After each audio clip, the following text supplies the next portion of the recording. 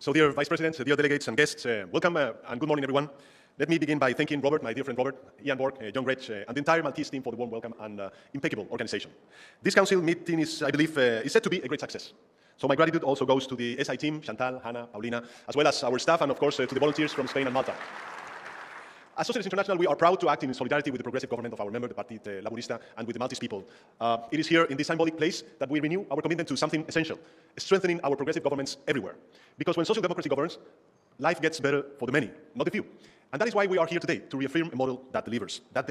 A model, as Robert has said, that raises wages, strengthens public services, expands freedoms, protects the vulnerable, and modernizes economies without leaving people behind. Wherever progressives are governing, people are living better, societies are more stable, and democracies are stronger. That is not a theory, it is measurable fact. So let me be clear. The crises of the past decade have shown that unregulated markets do not protect people, that nationalistic rhetoric does not create opportunities, that austerity does not build the future. Only social democracy has answers that work in real life, for real people, and citizens across the world are rediscovering that truth.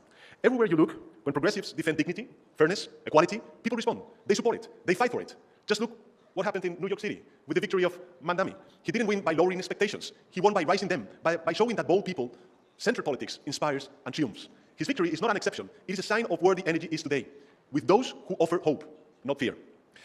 My dear friends, history is not written. History is not programmed by algorithms. History belongs to people, and we are here to serve those very people. Our task is to empower their voice and fulfill their dreams and aspirations. We are the frontrunners of a new beginning. With us, here something is new emerging, bringing hope. And sooner than later, my dear friends, that hope will be a reality in many of your countries, regions, and continents. Let's work for that. Like it is already happening in Malta or Spain, where our governments are improving the lives of millions. Our mission is more important than ever, my dear friends. It's more important than ever at a time when the right is renouncing to many principles that vertebrate our societies. Until recently, we just disagreed with them on policies, on how to tackle challenges. Yet, we shared some basic common ground, our shared respect for democracy, for freedoms, for human rights, for science and truth.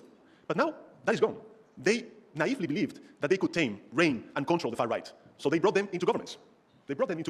And they normalized them. But they are the ones that ended up siloed.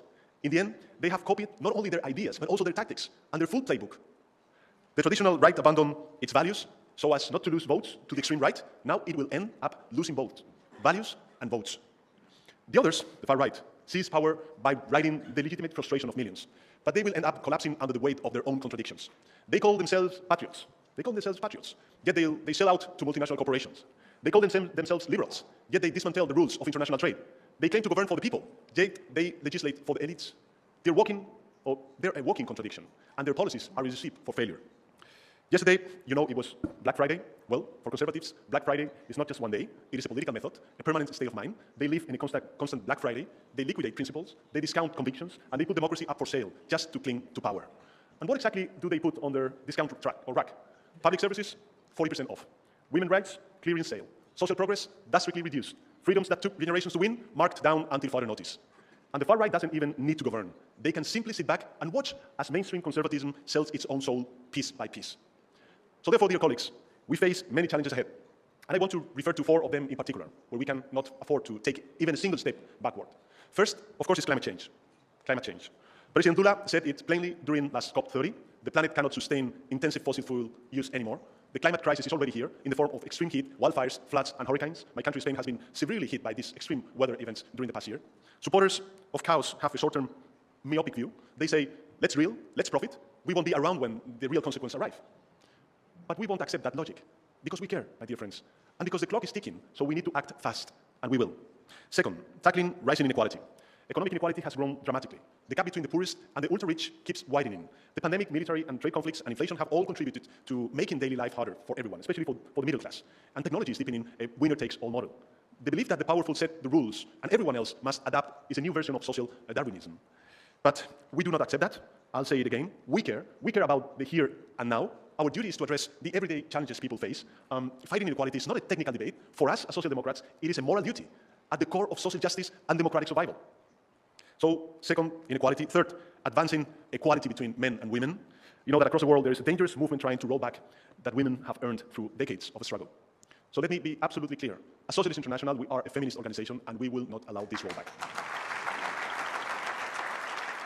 And fourth, the final challenge, upholding peace. Conflicts are at the highest level since World War II, and they're joined by a new set of challenges: hybrid threats, cyber attacks, the weaponization of AI, you name them.